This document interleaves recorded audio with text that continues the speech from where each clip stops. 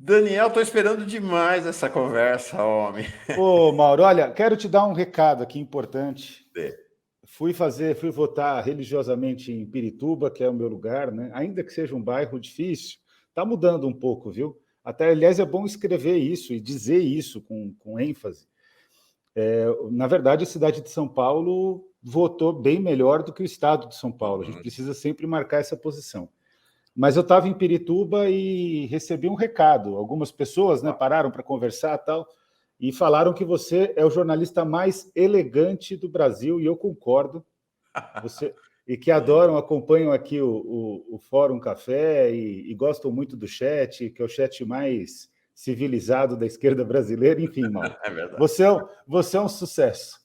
Obrigado, homem. Você mais ainda. Que bom que a gente está junto. Fico bem feliz com a nossa amizade. Muito feliz mesmo.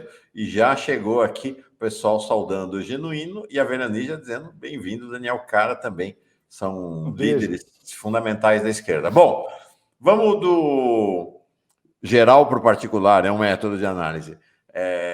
Um olhar seu para o resultado da campanha presidencial. Né? O que você achou do primeiro turno? Olha, eu não vou negar, Mauro, que eu tive uma reunião de análise de cenário e eu tinha dois sentimentos. E um se realizou, infelizmente, o outro não se realizou também, infelizmente. O que se realizou é que eu disse para um grupo de amigos que me perguntavam ali no sábado à noite, né, a gente fez uma conversa, e tinha gente de todos os partidos da centro-esquerda e da esquerda, inclusive do PDT, que são pessoas que já se comprometeram a apoiar o Lula, né, no segundo turno, pessoas influentes dos partidos, e eu falei, olha, o Marcos Pontes vai virar aqui em São Paulo. E eles Você falaram, falou? não, falei com Você eles, falou? cravei, porque eu fui candidato ao Senado, e a candidatura ao Senado, na verdade, as pesquisas ao Senado, elas não têm capacidade de captar quase nada. Por quê? Porque o Marcos Pontes vinha crescendo e o Márcio França estava estagnado, já há muito tempo estagnado. E uma grande quantidade de indecisos. E eu falei, olha, isso pode significar também que o Tarcísio está crescendo, porque o Tarcísio tem o apelo bolsonarista. O Bolsonaro, só na última semana, no debate da Globo, ele realizou algo que é fundamental na política, e eu acho que é por estratégia que eles fazem isso. Eles fazem a fidelização do bolsonarismo aos candidatos bolsonaristas na última semana. Eles sabem que é na última semana que se define. E até o André Esteves, lembra aquele áudio que vazou? O André Esteves, do BTG Pactual, que ele disse, a gente faz um presidente numa semana, faz o presidente em setembro, né? E aí ali me deixou um sinal de alerta, até por conta das conversas que eu mantenho também religiosamente com o interior de São Paulo, com pessoas do interior de São Paulo, que não são pessoas que necessariamente votam no nosso campo. Porque se é para a gente falar sempre para os convertidos, né, Mauro, a gente não faz política, a gente sempre está conversando com pessoas que concordam conosco, a gente não sabe o que o outro lado pensa. Rapaz, eu tinha essa sensação, vivi a campanha para o Senado, que gerou um voto útil absurdo na Mara Gabrilli, para a Mara Gabrilli fazer o que fez agora, né, na campanha, no segundo turno, contra o presidente Lula, uma covardia. Eu costumo sempre lembrar que, enfim, ali naquele momento eu era amigo de vários assessores do Celso Daniel, e todos eles me relatavam o desespero do Lula. O desespero do Lula com a morte do Celso Daniel. E a Mara Gabrilli vai lá e solta aquela informação, porque as pessoas acham, né, naquele momento, na eleição de 2018, acham que a Mara Gabrilli é uma pessoa que vai compor com o campo. A Mara Gabrilli odeia o Partido dos Trabalhadores. E esse ódio é um ódio de classe. Isso tem que ser colocado de maneira clara. Ela me trata, inclusive, muito bem, né? Por quê? Porque eu não sou do Partido dos Trabalhadores. E aí eu aviso para ela, olha, eu estou do lado, eu acho que o PT é o maior partido, a maior construção da história política da esquerda mundial no século XX, né? Pelo menos do final do século XX. Então, é uma figura difícil, e as pessoas vão para o voto útil. E eu vivi aquela campanha, eu sei o que aconteceu com o Suplicy, eu sei como o Major Olímpio se posicionou, eu sei como a Mara Gabrilli se posicionou também, e a posição dos dois foi decisiva para o Suplicy. A estratégia do Marcos Pontes era exatamente a mesma do Major Olímpio. E já não tinha, era uma eleição de uma eleição de um senador só, né? e ficou muito evidente. E a outra coisa que é uma sensação que infelizmente também não se realizou, era de que eu achava que, de fato, o Bolsonaro não ia conseguir. Eu até tinha a consciência de que era possível ir para o segundo turno, mas eu fui levado pelo clima, Mauro, porque o clima era o clima da cidade de São Paulo, é importante frisar isso. Mesmo o Lula, pelos votos, não tendo cravado na cidade de São Paulo uma vitória de primeiro turno em relação aos eleitores, ou seja, ficou com 47%, até um pouco mais, mas o Bolsonaro teve um desempenho pífio aqui na cidade de São Paulo. E eu fui contaminado pelo clima do lugar onde eu vivo. E eu achava que o Bolsonaro... A gente ia ter segundo turno, mas o Bolsonaro num patamar ali bem baixo. Ou a gente até eventualmente venceria no primeiro turno. Então, eu não posso negar, Mauro, porque a gente também não pode ficar negando o sentimento, né? Eu estava muito animado. Eu combinei com várias pessoas, né, que eu não podia por trabalho, mas combinei com várias pessoas delas me mandarem vídeo da Avenida Paulista, comemorando e tal. Não se realizou, Eu comprei uma cerveja, Lula proletário, e não abri a cerveja. Tá guardando o dia 30, não deu para abrir. Então, agora tem a boa notícia dessa história toda. É muito difícil. Opa, caiu aqui para mim. Não sei se caiu para você aí. Não, tá normal. Ah, tá. Então, esse computador meu aqui, eu vou ter que dar uma arrumada nele, porque ele está meio confuso. Então, mas eu tenho certeza que a boa notícia é que é muito difícil o Bolsonaro virar essa eleição. Vai ser uma eleição apertada. O cenário de disputa real é, de fato, o Sudeste. Por quê? No Nordeste, o Lula já realizou praticamente todo o potencial. Nós temos alguns problemas no Nordeste. Por exemplo, não que vão ter um impacto muito grave na eleição presidencial, mas o fato do Jerônimo ter feito uma virada histórica, mas não ter vencido no primeiro turno, vai fazer com que o ACM Neto acabe limitando a campanha do Lula. Porque se o Jerônimo tivesse livre, a Bahia, que é o quarto ou terceiro colégio eleitoral, na minha opinião, já é o terceiro, a Bahia ia jogar um peso gigante no Lula, né?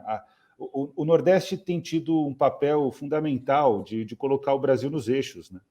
Então, ali teria um efeito espetacular, né? Com o Jerônimo, com o Jacques Wagner, com Rui Costa, totalmente dedicados à campanha do Lula. Isso não vai ser possível, né, nesse momento, porque vai ter a campanha de segundo turno. Em outros estados, Paraíba, mas aí são colégios eleitorais menores, o efeito vai ser o mesmo. Então, o Lula está próximo do teto no Nordeste. O Lula está próximo do teto na região norte, pode crescer um pouquinho, né? Na Bahia ainda pode crescer um pouquinho, na região norte pode crescer um pouquinho, tem que ver. O eleitor do Ciro do Nordeste vai depositar no Lula. E o eleitor da Simone Tebet, as pessoas têm que ter consciência, é um eleitor de direita. Alguns vão caminhar para o Lula, mas a Simone Tebet, as pessoas acham que ela é a futura presidenta do Brasil. A Simone Tebet é de um colégio eleitoral que é Mato Grosso do Sul, que o Bolsonaro, na quinta-feira, no debate da Globo, provocado pela Soraya, fala para votarem no Capitão Contar, ele fica em primeiro no primeiro turno. É nesse nível o Mato Grosso do Sul, é nesse nível de alinhamento ao bolsonarismo. A Simone Tebet não tem futuro no Mato Grosso do Sul. Eu cravo isso aqui, pelo menos nas próximas 3, 4 eleições. O caminho dela, por exemplo, eventualmente é vir para São Paulo. E se ela vir para São Paulo, ela vai ser uma política de direita em São Paulo. E que, no máximo, vai ser deputada federal, que vocês vão concordar comigo que não tem nenhuma chance da Simone Tebet ser prefeita, governadora ou senadora por São Paulo. Não tem possibilidade. São Paulo tem outras opções que estão postas, né? Então, esse eleitor da Simone Tebet é um eleitor bolsonarista envergonhado, na sua maioria, e que vai caminhar, muito provavelmente, uma parte significativa para o Bolsonaro. Agora, o Lula precisa de pouco. Então, assim, Ciro Gomes, no Nordeste, vai entregar para o Lula vai ampliar em relação às pessoas que eventualmente não votaram em branco e nulo, ele vai ampliar, vai pegar uma parte desse eleitorado. Então, ele deve finalizar a eleição à frente do Bolsonaro. Agora, não nos esqueçamos, né, que a gente tem uma campanha para fazer. O processo eleitoral ele não é tão automático como as pessoas imaginam, né? Porque eu vejo jornalista falando o voto daqui vai para ali, o voto de lá vai para cá, nesses estados. Não, tem que fazer. Tudo isso é real, é verdade, não está errado, mas tem que fazer campanha, você tem que realizar o voto, você tem que realizar a conquista do voto. E aí eu acho que tem erros que nós cometemos no primeiro turno que não podem ser cometidos mais. Já esgotou, por exemplo, a estratégia de influencers e artistas, até porque pesquisas qualitativas já dão conta. Uma vez a gente colocou isso aqui, eu coloquei isso aqui em relação à Anitta, Mauro, as pessoas me cobraram muito no Twitter, né? Ficaram criticando, muita gente deixou de me seguir. Não é que eu não quero o apoio da Anitta, eu acho que a gente tem que ter o apoio de todo mundo. Mas dar tanto espaço para o apoio da Anitta é um problema, porque ao mesmo tempo que você ganha de um lado, você perde do outro. Os artistas muito polêmicos, né? E eu sou uma pessoa que gosto até da forma como a Anitta se posiciona, em quase todos os casos, menos na briga dela com a Ludmilla, que aí eu sou time da Ludmilla. Então, ou seja, eu acompanho as celebridades, mas o fato concreto é que isso não gera voto significativo, massivo. E gera um problema também em setores mais conservadores, que são setores que a gente vai ter que buscar, não tem como deixar livre esse setor para o Bolsonaro reinar sozinho. A gente viu o que aconteceu no primeiro turno. Então, a campanha agora tem que ser mais territorial, tem que ser campanha mais pé no chão, que é amassa barro, campanha que vai para os lugares fazer disputa política, tem que ser menos reunião com setores do PSDB dentro de um hotel que ninguém está vendo. E me desculpa, é importante para um setor muito elitizado da população, Mauro. Isso não é importante para o povo. O Lula falou isso ontem, né? Chega de reunião, é rua. Mas é que tá. Então o Lula tem que dar um recado claro, por exemplo, tem que dizer para o mercadante para parar de ficar fazendo essas reuniões, porque são ótimas para alguns políticos, são péssimas para a campanha. E aí eu estou sendo bem franco aqui. Tem que ter o ânimo que o Lula teve. Olha, uma cena para mim, eu vivi essa cena, tá, Mauro? Descida da Paulista pela Augusta. O Lula vibrando, estourado. Márcio França sem graça, Haddad sem graça. Não pode. Tem que eu estava lá também. Uhum. Pô, a gente devia ter se encontrado. Pois tem que ter sangue no olho. O Lula pulando loucamente lá, né? Impressionante, realmente. Bonita a cena. Bonita cena, mas bonita cena pelo Lula, que é um gigante. Sim. Então, os outros têm que ter a compreensão de que fazer campanha significa... Tem um fator que é importante, é difícil, viu? Eu confesso que eu só consegui na última semana ter a consciência disso e executar isso. Tem um fator que você tem que emanar para o eleitor o desejo do voto. Você tem que dizer para o eleitor, eu quero o teu voto, eu preciso do seu voto, eu vou fazer um bom trabalho, confia em mim. E o Lula emana isso. O problema que o Brasil vive hoje, infelizmente, é que o Bolsonaro, para o público dele, também emana isso. Então, a gente tá numa disputa entre dois líderes carismáticos. Um eu considero deplorável, que é o Bolsonaro, e outro eu considero, para mim, assim, em termos de popularidade, o Lula superou já o Getúlio.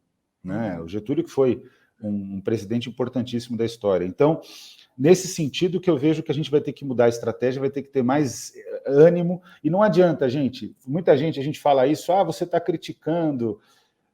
Olha, eu quero eleição. Assim, eu não estou preocupado com a esquerda, com o que a esquerda vai ficar achando, que vai chatear um ou outro. Me desculpa.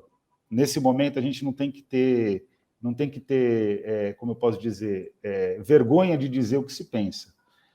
E eu vou dizer, viu, Mauro, teve agendas no interior de São Paulo que foram desmarcadas. Isso não se faz. Isso não se faz.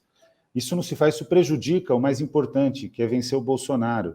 Porque quando o que aconteceu? Por exemplo, Presidente Prudente, Rio Claro, Campinas, hein?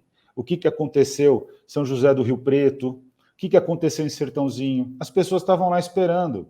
Aí o que acontece? Não vai o político, o que o pastor faz na semana seguinte? Ou no culto da própria semana, no meio de semana? Vai falar, a esquerda abandona. Vocês querem votar por conta de Bolsa Família, aumento de auxílio emergencial, aumento do Auxílio Brasil, mas a esquerda abandona. Olha aqui a prova, não vieram. Então, assim, tem que trabalhar, né? Tem que trabalhar e tem que achar que não é colocar o número. Aí, vamos continuar nesse assunto, que é um assunto crucial. O Marco Antônio Gaudio chega aqui como novo membro, muito bem chegado, fundamental cada membro que chega. O Adalto Alves, pelo contrário, aqui na Bahia vamos ampliar a vantagem de Lula, que ganhou com 70% dos votos no primeiro turno, e vamos confirmar a vitória de Jerônimo também. É esse o ânimo para ir para a rua. É isso aí. Esse é o ânimo de ir para a rua. Eu queria voltar para o particular e depois a gente volta para o geral. Claro. Particular, no caso, São Paulo. Queria ter o olhar para São Paulo. Você começou a falar, então vamos falar de São Paulo. Foi uma surpresa. Se a gente olha bem as pesquisas, o Haddad já estava caindo, né? Ele vinha numa trajetória de queda. Agora, foi uma surpresa o Tarcísio ficar 7 pontos na frente. E vamos dizer assim, a gente montou um ideário, tem toda uma armação para essa eleição, que é Lula eleito, ampliação da esquerda no Congresso e vitória nos governos estaduais, especialmente São Paulo. Então, que é o eixo Brasília-São Paulo. Como é que você está vendo o segundo turno em São Paulo? Estou preocupado. Dificílimo, dificílimo. Porque, assim, você tem que ter... Olha, eu vou dizer uma coisa aqui que é dura de ser dita, mas é real também. Eu quero que o Alckmin entre na campanha em São Paulo. Tem que entrar. Quem constrói... Vamos lá, a gente tem que pensar o jogo como ele é. Quem constrói o esquema de prefeitos em São Paulo é o Adhemar de Barros. Olha só o que eu vou dizer aqui, hein, Mauro? O Adhemar de Barros constrói o sistema, tanto é que ele tinha um partido que concorria nacionalmente, mas que era um partido que a sigla era paulista, o PRP. Uhum. Ele constrói o esquema com os prefeitos. Que, inclusive, o Genuíno falou da educação, que o grande professor emérito Celso Baizigel, infelizmente já partiu, ele escreve num artigo o quanto que o Adhemar de Barros ele vinculava a construção de escola ao prefeito que apoiava ele. O Vitor Nunes Leal, coronelismo inchado e voto, na prática está falando sobre a mesma coisa. Então é uma tradição da política brasileira e uma tradição da política paulista que o Adhemar de Barros ele percebe isso a partir da experiência da República do Café com Leite. Então é anterior ao Adhemar de Barros, mas ele, como uma pessoa muito hábil, constrói um esquema. Esse esquema é passado depois, é emulado pelo Maluf na ditadura militar, que ele começa o esquema quando ele era presidente da Caixa Econômica Federal, se não me engano. Uhum. Aí o Maluf constrói o esquema. O Montoro, que foi um político extremamente hábil também, um homem de centro, as pessoas falam que o Montoro é de esquerda, o Montoro é um homem de centro verdadeiramente democrático. Não existe mais isso, viu, gente? Existiu naquela época só. Foi um governo que ampliou muito a gestão democrática no Estado, construiu uma série de autarquias importantes para a gestão municipal, para o pensamento estratégico, para a gestão política, fez o Estado de São Paulo crescer até a nova fase do PSDB, que infelizmente começa com Mário Covas, que no final da vida não teve o mesmo desempenho que teve de compromisso com o país, né, durante toda a sua história, mas é um homem que eu respeito. Mas o Montoro constrói um esquema que é roubado depois pelo Quércia. Montoro e Quércia são os dois pais políticos da família do Alckmin, e o Quércia é o pai político do Alckmin, que as pessoas não sabem. O Alckmin, ele descobre esse esquema e vence o Mário Covas, governador de São Paulo, que apoiava Zulair Cobra Ribeiro, e ele vence o Mário Covas e se torna vice do Mário Covas, na disputa pelo PSDB de São Paulo. Ele se torna presidente. E o Alckmin constrói o sistema que depois alimentou todo o processo de predomínio do PSDB. Não foi o Covas, foi o Alckmin. Uhum. Dória roubou esse esquema do Alckmin. O Dória roubou, com enorme poder econômico. O que acontece concretamente, Mauro? Nesse momento, a gente está vendo o Kassab, que é o grande articulador intelectual da candidatura do Tarcísio, não é o Bolsonaro. O Bolsonaro é quem teve a ideia, mas quem alimenta a campanha do Tarcísio é o Kassab. O Kassab construiu um esquema muito forte, prometendo para os prefeitos, assim como fez o Dória, que se eles traírem o Alckmin, ele vai dar conta. Se eles traíssem o Rodrigo e o Alckmin, né? O Alckmin, por um lado, numa articulação, o Rodrigo por outro, noutra articulação, porque o Rodrigo já é fruto do esquema do Dória. Ele vai dizer, olha, o esquema do Alckmin e do Dória já não funciona mais. O que vai funcionar é o esquema comigo com o Tarcísio. O Tarcísio é o homem da infraestrutura. Não trouxe obra para São Paulo porque tinha um problema com o Dória. Eu estou dando a palavra para vocês.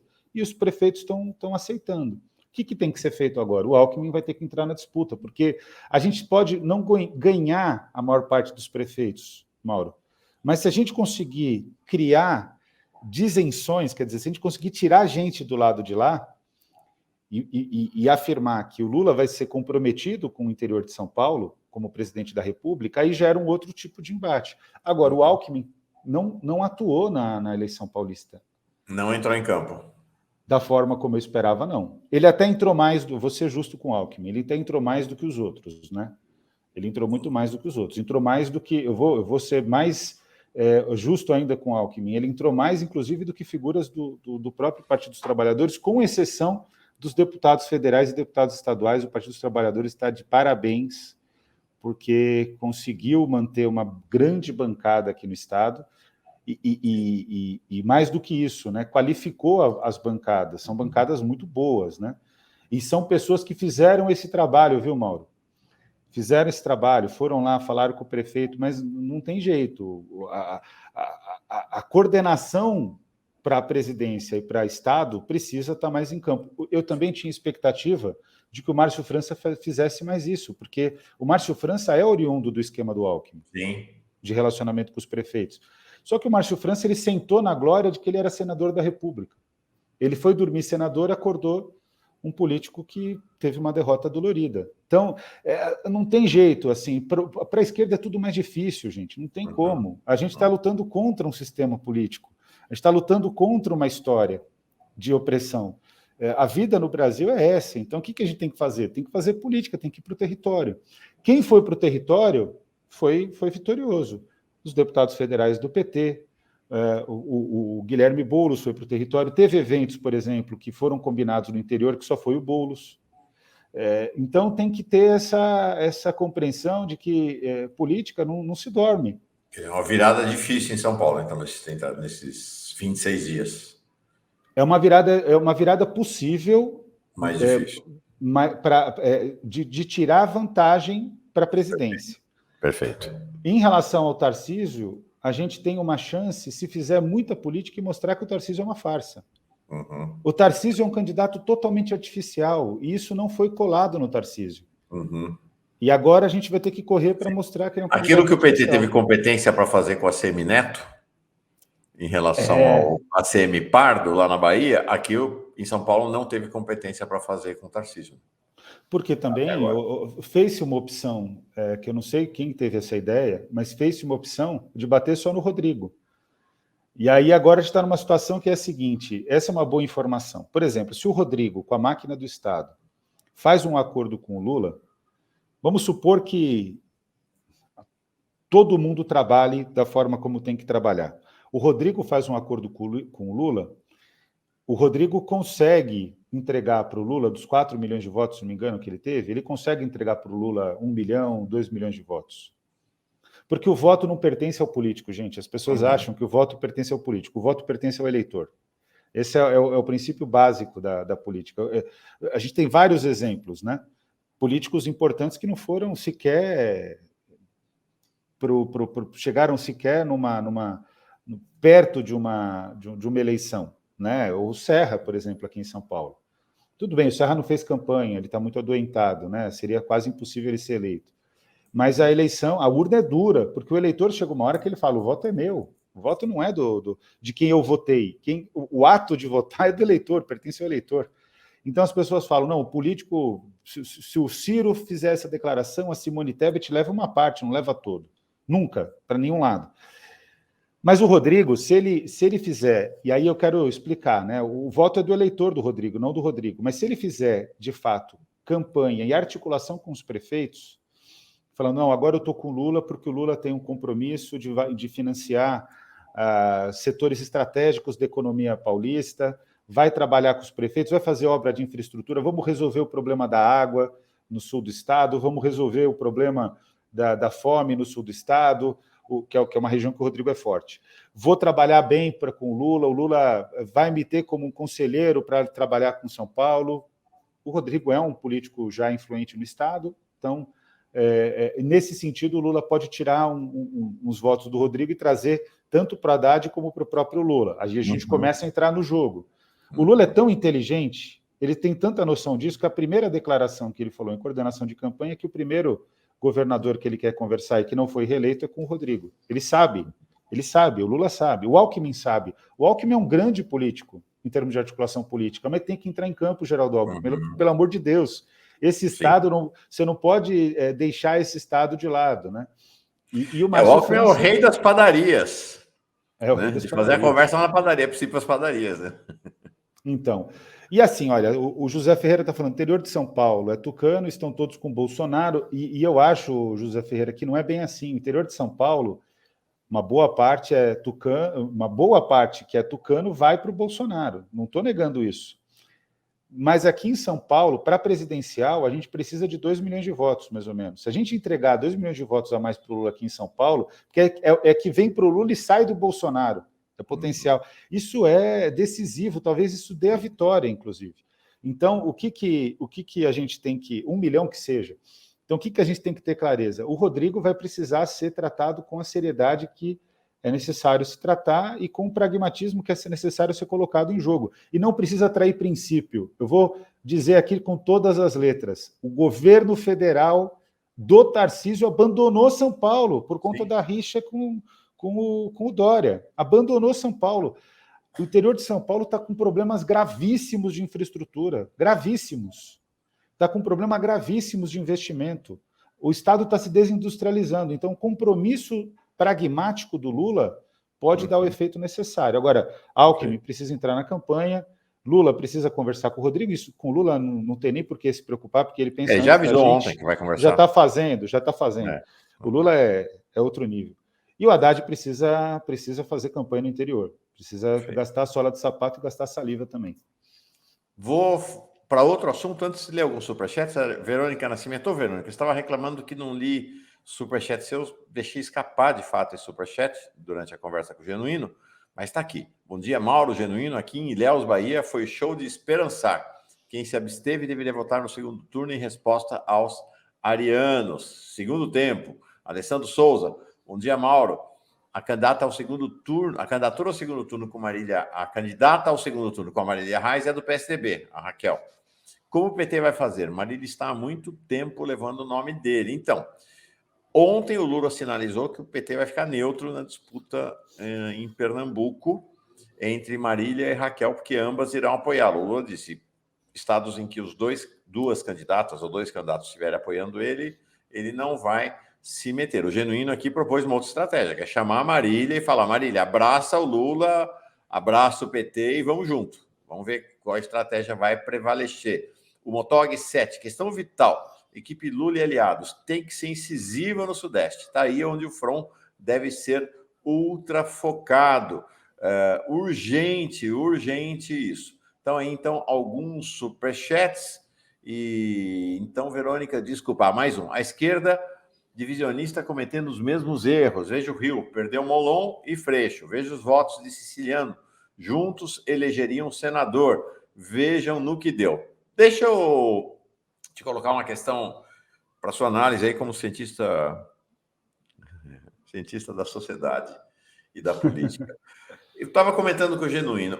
Eu acho que talvez a gente tenha cometido um erro. Nós imaginamos que a onda da extrema-direita havia passado, que 2018 já havia sido o auge e que ela havia passado e que, vamos dizer assim, que a política tinha retornado aos seus trilhos normais. E acho que a gente assistiu na reta final do segundo turno é que não. E que a política não retornou, que a onda da extrema-direita não passou, pelo menos não passou por completo, e que a gente encontrou na reta final a mesma lógica. O Bolsonaro, nesse sentido, brilhante, desculpa, mas brilhante. Ele conseguiu manter, sendo presidente da República, a mesma lógica de 2018, de se apresentar como sendo alguém antissistema. O cara é presidente da República e consegue se apresentar como o cara antissistema. Então, parece que talvez a gente tenha subestimado o tamanho desta onda da extrema-direita que se mantém. Né? Acho que a gente teve uma ideia de que estava tudo voltando ao normal. Não me parece que tem nada voltando ao normal, né? Nesse segundo turno. Ainda a gente tem muito do que foi 2018 nesta eleição, né? O poder avassalador das fake news, avassalador. Helenira Vilela ontem esteve aqui fazendo um estudo, milhões e milhões e milhões de fake news, a pauta, né, fundamentalista, enfim. Acho que tem uns cenários preocupantes. A fake news, eu acho que tem até um problema que é mais estrutural, que é o que você está apontando, viu, Mauro? A gente precisa colocar a fake news no lugar que ela realmente ocupa, né? Primeiro, assim, existe uma convergência mundial no mundo ocidental e nas colônias do mundo ocidental, os países que nascem como colônias do mundo ocidental, então estou falando de América Latina e África também, e isso também está na África, viu, gente? As pessoas têm pouca notícia sobre a África, mas está muito presente na África. Essa ascensão terrível da extrema-direita, que se dá exatamente pelo mesmo motivo que ocorreu na Segunda Guerra Mundial e na Primeira Guerra Mundial. Na Primeira Guerra até menos, né, mas especialmente na Segunda Guerra Mundial, que é o fato de que o mundo vive uma reestruturação produtiva que fortalece a Ásia. Ou seja, tem menos espaço econômico. A gente está vivendo uma crise distributiva. E quando você vive uma crise distributiva dentro de cada país e no cenário global, o resultado disso é a ascensão de projetos fascistas, né? Então, a gente está vivendo um renascer de uma história. O estado de São Paulo, por exemplo, é um estado que desindustrializa. O Brasil se desindustrializa. A emergência política hoje é do agronegócio, e eu acho que isso ficou evidente. Se você olhar, parece que é um tratado de Tordesilhas na diagonal, tirando o Roraima, é um tratado de Tordesilhas na diagonal. Para cima é PT, para baixo é Bolsonaro, né? Incluindo o Sul-Sudeste, né? Mas Centro-Oeste e Sul-Sudeste, né, faz um corte. Então, o que para mim é evidente, Mauro, é que a gente não tinha dimensão do tamanho da gravidade, porque o Bolsonaro manteve-se um radical discursivo, radical não, um sectário discursivo. Eu sou freiriano e para o Paulo Freire radical é positivo, mantenho minha fidelidade ao Paulo Freire. Mas o Bolsonaro é um sectário discursivo, mas que fez aliança com o Centrão. O Bolsonaro ele não é sistema, ele só é sistema, né? Uhum. E ele consegue mobilizar esse setor conservador, que aí precisa da fake news, isso está dentro das pessoas, né? Precisa da fake news para poder manter a sua base mobilizada. Então, por exemplo, eu não vou mentir para vocês, eu estou em grupos bolsonaristas para acompanhar o que eles falam. Eu vou dizer para vocês, é dolorido no coração. Não é uma... dói na alma ver as mensagens que eles mandam, né? Mas ali tudo é espontâneo e milimétrico. Então, é uma espontaneidade estratégica. Então, eles continuam questionando o resultado, que para eles o Bolsonaro ganhou no primeiro turno. Eles mantêm uma mobilização. Ontem eles soltaram uma informação de que a esquerda sabia que o Lula não ia ganhar e que mentiu para que o Lula tivesse mais votos, que o Lula tinha chance de ganhar no primeiro turno. Eles fazem fake news sobre as pesquisas, mas no fundo, a questão concreta é que isso mantém acesa a chama do conservadorismo e da Guerra Santa. Eles acreditam que estão em Guerra Santa e que nós somos inimigos.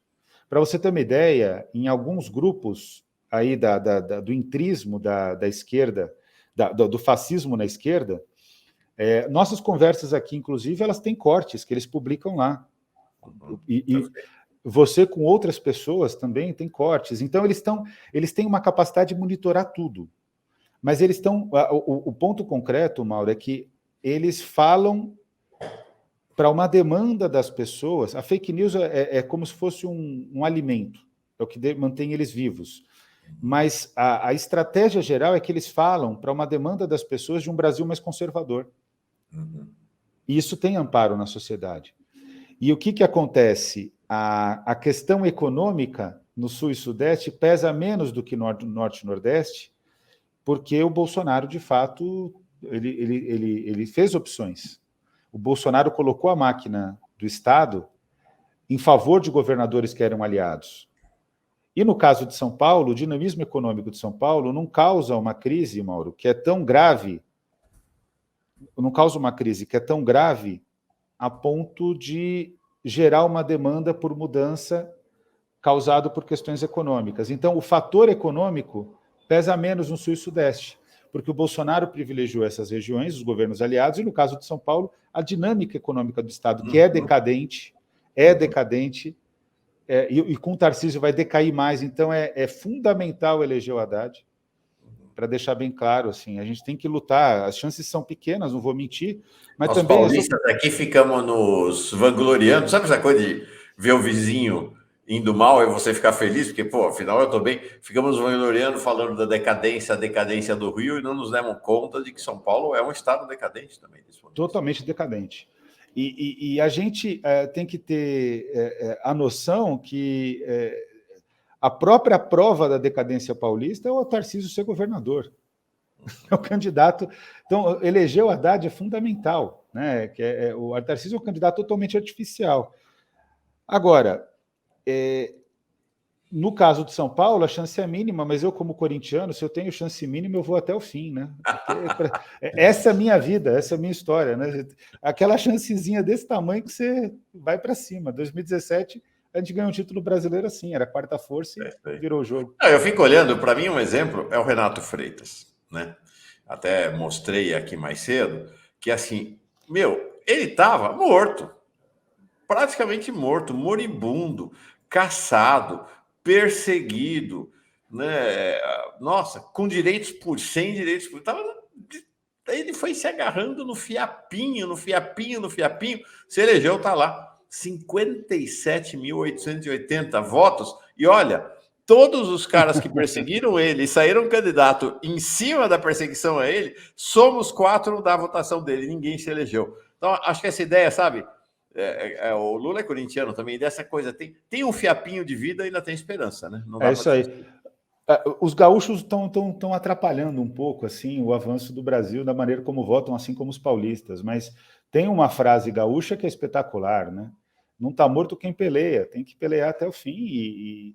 E eu acho que a gente tem chance boa aí de construir aí uma virada, mas vai ter que ser com muito território, com muita ida para o interior, gostando de conversar com o prefeito, gostando de conversar com as pessoas, sorrindo, né? Sorrir não pode ser um sorriso artificial, mas sorrir porque, de fato, Mauro, o nosso projeto é um projeto de reconstrução do país. A Marlova diz aqui, o Brasil, em grande parte, é decadente, o que nos salva é o Nordeste. Mas, olha, é interessante isso que você faz. Tem uma questão. É a região do país que mais cresceu, que mais se desenvolveu durante os governos do PT. Né? Sim, e que tem maior demanda de desenvolvimento, inclusive, né, Mauro? Porque o Nordeste ele tem uma demanda de desenvolvimento e tem um potencial para realizar muito grande, né? Agora, o eleitor do Nordeste não é só... As pessoas acham que são as necessidades que explicam o voto, né? Não é só a necessidade que explica o voto, existe convicção também. A necessidade está posta, né? E que bom que a necessidade explica o voto. Vou dizer mais, se a necessidade explicasse o voto para o eleitor paulista, ele jamais votaria no Bolsonaro e jamais votaria no Tarcísio. Pois é. Né? O problema é que o eleitor de São Paulo está sendo irracional. Né? Então, parabenizar mais uma vez o Nordeste e que lamentável a xenofobia, né, mobilizada pelos bolsonaristas. Né? Vou te colocar uma questão. Porque, assim, nós somos da esfera do racional, da civilização, da academia, da intelectualidade, dos projetos, das planilhas, do cacete. E aí é o seguinte, estamos com uma crise brutal em relação a um instrumento que nós sempre consideramos um instrumento valioso e sensível, as pesquisas. Mostrei mais cedo, Daniel, queria te ouvir sobre isso. Olha, o que aconteceu nesta eleição. Datafolha, votos válidos, na última pesquisa, um dia, na sexta-noite. Mentira, no sábado à noite, né, na véspera da eleição. Lula 50, Bolsonaro 36, 14 pontos. O IPEC, Lula 51, Bolsonaro 37, 14 pontos. Resultado final, Lula 48 e 45, Bolsonaro 43, 25,23. Nos principais estados do país, em que o campo é maior, portanto, a margem de erro, em tese, deveria ser menor, a mesma coisa. O IPEC deu 9 pontos a favor do Lula, o Datafolha 4 pontos a favor do Lula e o Bolsonaro venceu por quase 7 pontos.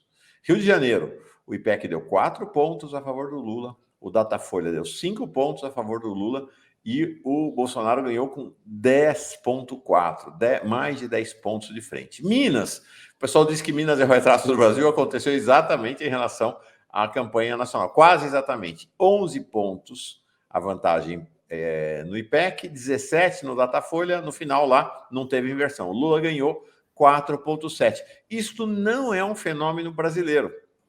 A gente olha lá para os Estados Unidos, a última eleição dos Estados Unidos, entre Biden e Trump, muito parecido com aqui. Da mesma maneira como aqui o Lula terminou na frente, lá o Biden venceu. Estou falando aqui de voto popular, não é voto colégio eleitoral. As pesquisas, vejam, e lá é assim, a gente tem aqui, sei lá, teve 250 pesquisas, lá teve 2.800 e tanto, com campos maiores e tal. Olha a diferença das pesquisas ali na reta final. 11 pontos para o Biden, 10 pontos para o Biden, 8 pontos para o Biden, 12 pontos, 10, 10, 9. O resultado real, o Biden, inclusive, está como o Lula aqui, 51,31. Tá vendo? 50, 52, 52, não está muito diferente.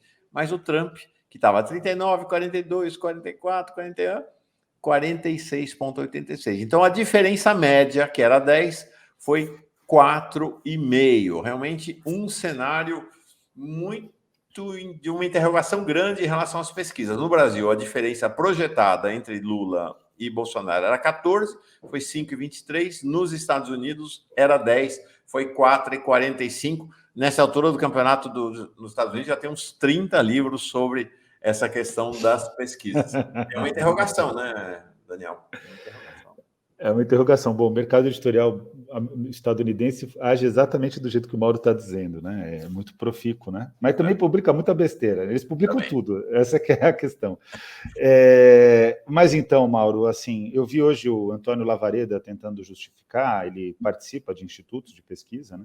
É consultor ou agora, acho que não me engano, até sócio de PESP. Tenho acompanhado também as justificativas de outros cientistas políticos, né, professores meus, que foram meus professores, Jairo Nicolau. Bom, o que acontece, assim, no Rio de Janeiro, também nessa sensação, assim, a gente já sabia que o Cláudio Castro podia ganhar no primeiro turno, porque ele estava com 47% dos votos válidos. E existe uma questão que o que eu quero dizer aqui, o que eu quero trazer e argumentar é que esse fenômeno ele é difícil de você cravar exatamente o que aconteceu, porque em diferentes lugares podem ter acontecido coisas diferentes. No Rio de Janeiro existe uma coisa chamada milícia, e ela pesa, e ela escolhe seus candidatos. E ela é um instrumento de força, né? E ela também é um instrumento de disputa e persuasão ideológica. O Cláudio Castro, ele faz uma operação policial totalmente agressiva, como as que têm ocorrido no Rio, nas vésperas da eleição, na última semana. A esquerda ficou batendo cabeça no Rio de Janeiro. Quero concordar com quem publicou, mas lembrando aqui, com a publicação sobre votos do Molon e do Ceciliano, que o erro foi dos dois lados, não foi nem do lado só do Molon, nem só do lado do Ceciliano. O lado do PT e o lado do PSB. O PSB foi tão desorganizado para essa eleição que o PSB caiu de 24 para 14 cadeiras, isso, estou dizendo aqui, foi nacional. O PSB achou que era um partido já estabelecido, vitorioso, etc., que ia fazer 34 cadeiras, e eu acreditei nessa projeção, mas se comprovou um partido no desempenho de campanha muito errático. Então, o Molon praticamente inviabilizou candidaturas importantes do PSB por conta da disputa dele com o PT no Rio de Janeiro. E isso vai ter um custo político pesado para o Molon para o futuro, inclusive, porque ele vai ter que começar do zero, candidato a vereador, etc. E isso prejudica a candidatura do Freixo. Então, o Cláudio Castro ele tem apoio das milícias. Não estou dizendo que eu não posso ser irresponsável de afirmar aqui que ele tem vínculo com elas. Mas ele tem, embora isso tenha muitos registros, inclusive de processos judiciais, mas ele tem vínculo eleitoral com as milícias optam pelo Cláudio Castro, isso é evidente, isso dá para afirmar. Ele tem um enorme poder econômico, ele tem um apoio do Bolsonaro, que injetou dinheiro lá no Estado, ele tem uma esquerda que está batendo cabeça. gera esse resultado. Em São Paulo foi o que a gente já analisou. Então existe uma questão que a pesquisa ela precisa se realizar em voto.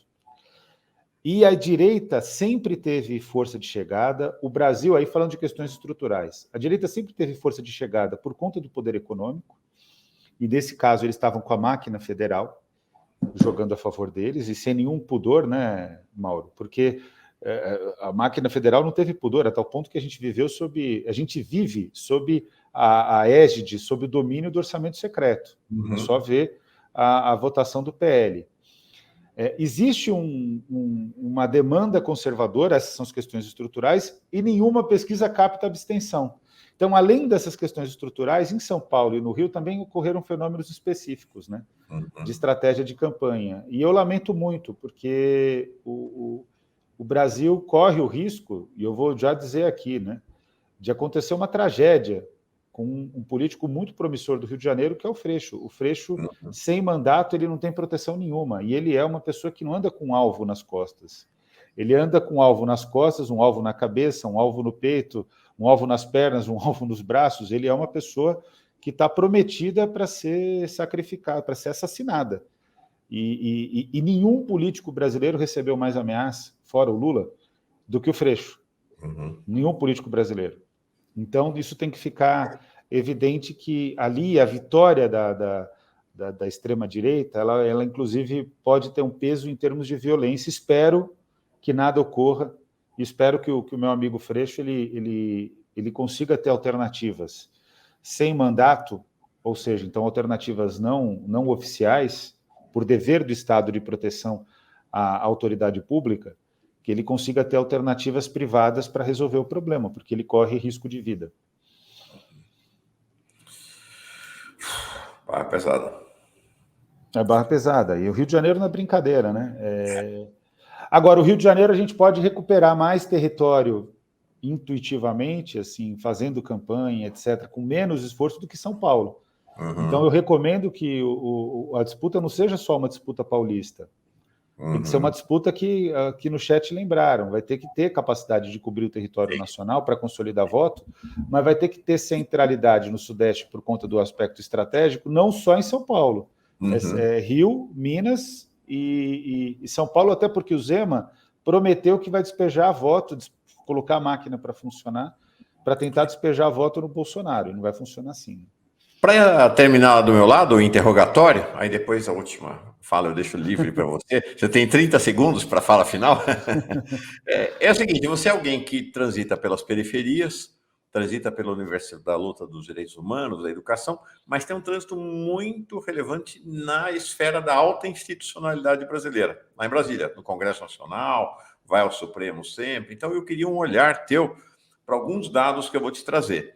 A composição da Câmara, esperava-se, ninguém estava imaginando que a gente ia ter maioria de esquerda, mas esperava-se que a gente tivesse uma bancada de esquerda que chegasse perto de sozinha garantir a governabilidade, ou seja, que chegasse ali perto dos 180, 177 parlamentares que garantiriam que não haver impeachment contra Lula. Ficou só em 125, um crescimento irrisório da bancada da esquerda.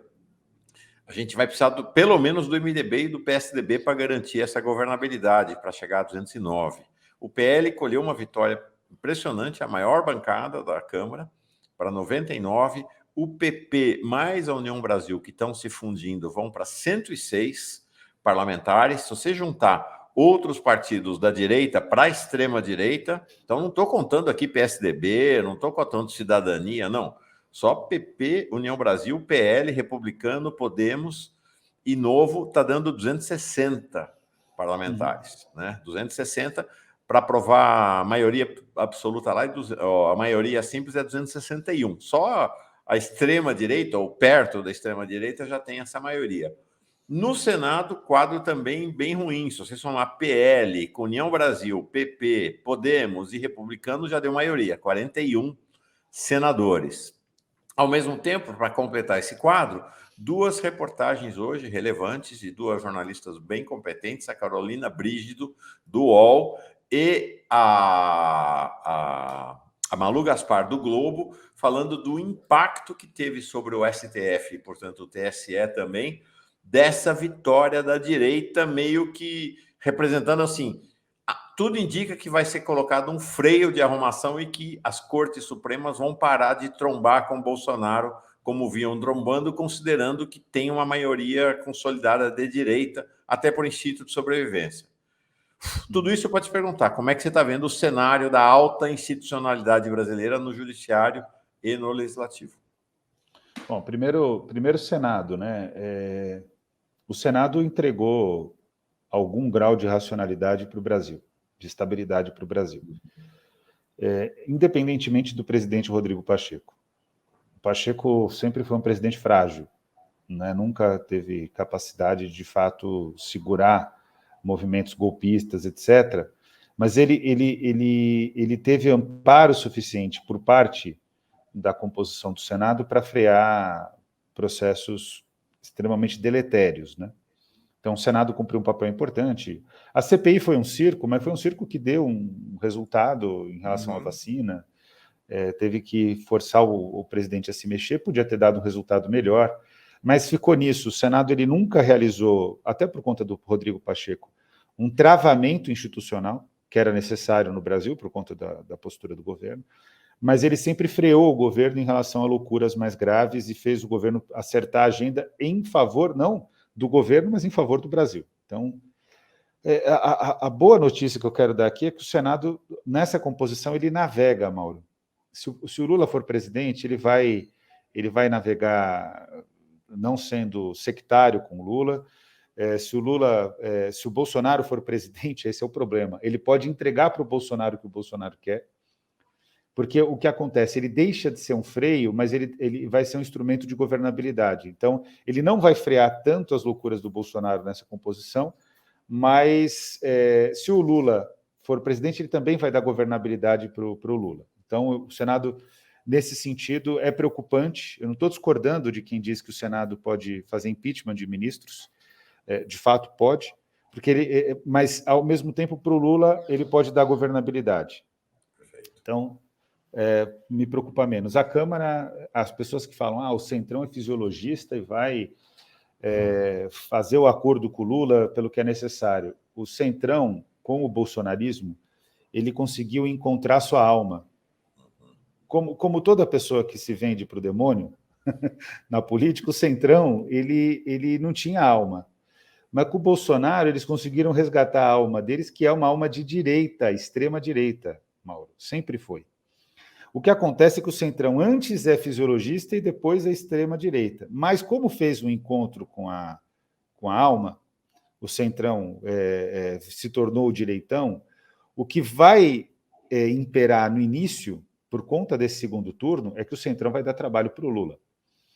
Com o tempo, eles vão se separar da alma e vão buscar alternativas fisiologistas. Só que as alternativas fisiologistas, no nível de cobrança que o Centrão vai colocar, depois do orçamento secreto, elas inviabilizam também políticas de governo. Então, é uma equação muito difícil de ser determinada, vai precisar da habilidade, e a isso a gente tem uma vantagem, né?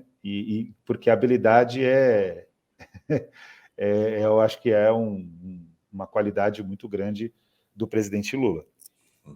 Achei muito significativa a foto do Lira, do dia da eleição, Lula ganhando a eleição, e ele numa foto visivelmente vitorioso ao lado do vice-presidente da União Brasil, dizendo, vamos fundir, vamos ser o maior partido, meio que dizendo, vou continuar. Não se... né? Olha, Mauro, eu não sei, assim, eu não consegui por conta da demanda. Ontem também dei aula, né, o dia inteiro, então, e também das demandas políticas, eu não consegui acompanhar a imprensa. Mas você foi a única pessoa que eu vi, do que eu acompanhei, que chama atenção para essa possível união. Porque o que o Bolsonaro tentou? Ele falou assim, vou estourar o PL para o PL não entregar, o que o Genuíno disse, para o PL não entregar a presidência da Câmara para o Arthur Lira, ou fazer o Arthur Lira ter que negociar.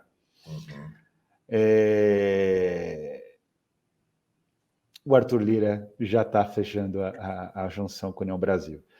E se o Arthur Lira fechar a união com a União Brasil, PP mais União Brasil, o Lula vai ter uma vantagem nesse caso, porque o Arthur Lira se torna presidente da Câmara de novo, que eu acho muito difícil que ele não seja, tá? Pelo tamanho da articulação política dele. Mas ele se torna presidente da Câmara de novo, mas ele vai ter que sentar para negociar com o Lula nesse movimento, porque o PP vai vir babando, né? Então, assim, a chance do PP não, PL, a chance do PL ficar com a presidência da Câmara, ela é muito remota, né? E isso é fundamental, viu? É fundamental.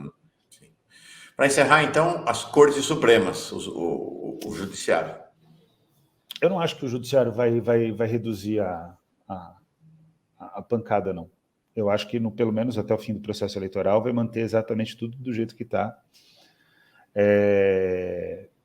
O Alexandre de Moraes, ele cumpriu um papel muito forte nesse processo eleitoral, mas que não é um papel que ele estava também... os bolsonaristas podem ficar revoltados, mas ele não estava fazendo o que fizeram com o Lula e com a Dilma. Ele não chegou nesse nível. Ele estava simplesmente cumprindo com força, né? Mas ele estava cumprindo com o papel institucional dele. O que ocorre é que o Supremo, no período da perseguição ao Lula e à Dilma, ele não cumpriu o papel institucional, ele se sobrepôs à política, né? E isso gerou uma demanda da direita de que ele iria manter esse teor. E aí, com a direita, ele começou a cumprir a lei e cumprir o papel institucional. E eu acho que isso vai acontecer. Agora, se acontece uma hecatombe, e é uma hecatombe para o Brasil, e o Bolsonaro eventualmente vira essa eleição, e eu acho que isso é muito difícil, aí o jogo vai ficar complicado, porque aí sim o Supremo eu acho que recua. Né? Porque eles são sobreviventes também, né? Agora, tem muita areia, viu? Tem muita água para passar por debaixo da ponte. Sim, para passar debaixo da ponte, e aí vamos inspirados pelo Renato Freitas. É isso aí. Primeiro que o Lula saiu na frente, então a chance de vitória é grande, não é pequena a chance de vitória do Lula. Não, é 90% nesse momento. É muito grande, né? É muito grande. As estimativas são entre 70% e 90% de chance de vitória para o Lula, mas é o que você falou. Ninguém ganha eleição sentado na cadeira em casa fazendo teoria. Tem que ir para a rua. Né? Não, e o Lula não vai... E o Lula não é esse político, né? Eu acho que o Lula, ele deixou, enfim, generosamente até, nesse sentido, ele deixou a coordenação de campanha ser muito predominante. E isso vai mudar agora. Agora a campanha é do Lula. Né? Então não tem. Ele já deu esse recado. Eu acho que também, assim, né, para quem é inteligente, meia palavra basta. Né? Eu sei que já teve impacto internamente no sentido de que é o Lula que volta para o comando, e isso é fundamental. Perfeito. Legal. Daniel, tá bom, se puder, semana que vem, Estamos juntos, dia semana 30, que vem. Eu quero você toda semana aqui pra gente conversar, sem Fechado. falta. E tem o nosso jantar, que agora com esse negócio de segundo turno, não sei se a gente consegue, mas depois do segundo turno... Impressionante, o Bolsonaro botou água no nosso chopp aqui.